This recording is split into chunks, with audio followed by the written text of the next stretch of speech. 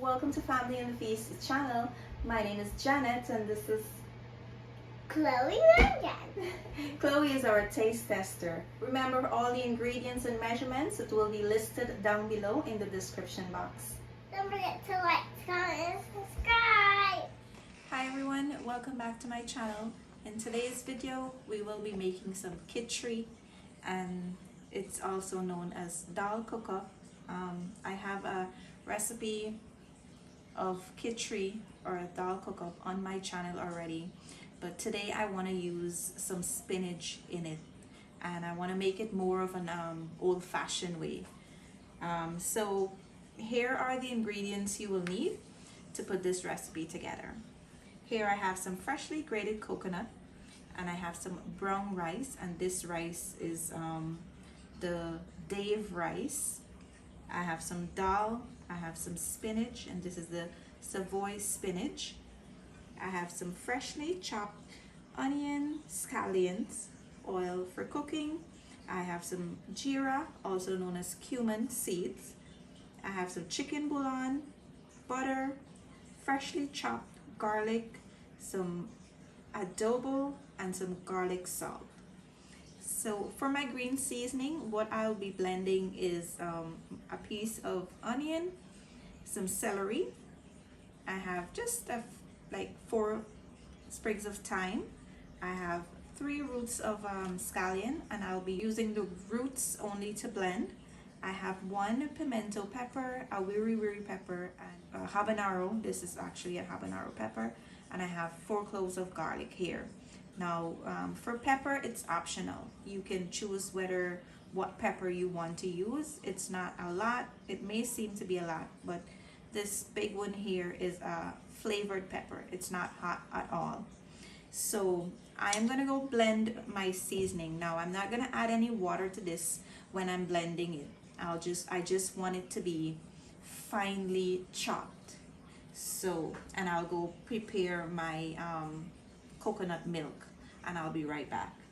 So to wash and squeeze your coconut, all you need to do is add some water into the coconut shreds, and you're gonna squeeze it until the water becomes nice and milky white, and then you're gonna drain the shreds out from the water. You're not gonna throw away the shreds. You're just gonna leave it on the side just in case you may need to add some more water to your rice. You can rewash the coconut shreds and get some more milk out of it. Now I'm gonna go prepare my stuff, and I will come right back to show you what I did. So guys, my stove is on high heat for now, and I'm gonna add in about 1/4 cup of oil. And to that, I'm gonna add in my green seasoning. It's just finely chopped. It's not blended like at a puree consistency. Okay, so I'm gonna add this in to my oil when my oil come up to a nice hot temperature.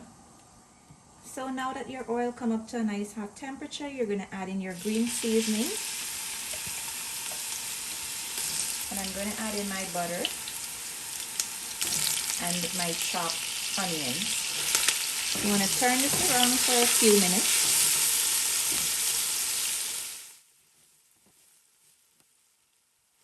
So while our seasoning is frying, I just want to show you my rice. I went ahead and add the dal and the rice together. Now, if you want to add your dal and your rice together, you have to do this only if you're using brown rice. You're not going to be able to do this if you're using the white rice. However, this rice that I'm using here works very well for me with this method here. The Dave rice, like I mentioned earlier, this is the Dave brand rice, and now we're gonna just add that into the pot, and we're gonna mix and make sure that they are all combined.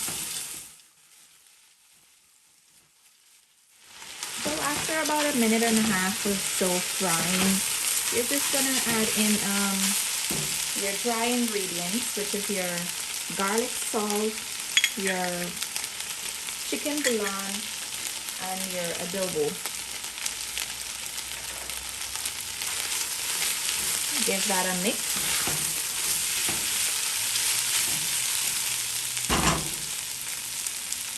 And right after you add in your coconut milk. Now, this is how I squeezed and got my milk. I got 8 cups in all for now. And I'm going to just add this into my pot here. And we're going to mix this again. Now we're going to allow this to come up to a boil before we add any other ingredients to it. You want to place the spinach and the scallions and the Geera or cumin seeds and the chopped garlic on the side. We're not ready for these as yet. Now, if you're using that poi bhaji, the thick leaf poi bhaji, you can add it in right now to your pot. But because I'm using this spinach, it's the voice spinach, it's very thin and I don't want it to melt out. So, and get the pot looking all green. So I'm gonna keep this in for a little bit to the end. Now to help my pot come up to a boil fast, I'll cover it. So guys, now that our pot come up to a boil, you want to mix and make sure that nothing is burning. And I'm going to add some more water to this now. I noticed that I will need to add some more water. So I'm going to go squeeze my coconut one more time and get some more water for my pot. I'm going to add in about 5 cups more of water. I didn't manage to get the milk so white and thick, but this will work just fine. We're still not going to add any other ingredients to our pot. We're just going to cover it again and allow it to boil, and I'll show you when I'm ready to add something else. So guys, it's halfway through the cooking process, and how you will know is when you watch your dal. You'll see the edges start falling apart, but it's still in its full shape.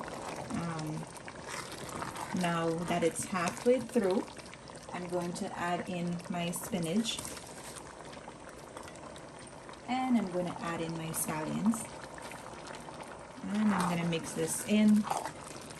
Now that that's mixed in, you can taste and make sure that the salt is enough, or if you would like to add some more salt, you can go ahead and add some more salt, or you can add the garlic salt like I used earlier. I usually use that as a substitute for salt, or I would use some more of the adobo for salt. Either one you feel comfortable using, you can go ahead and use that, but mine is at a perfect taste.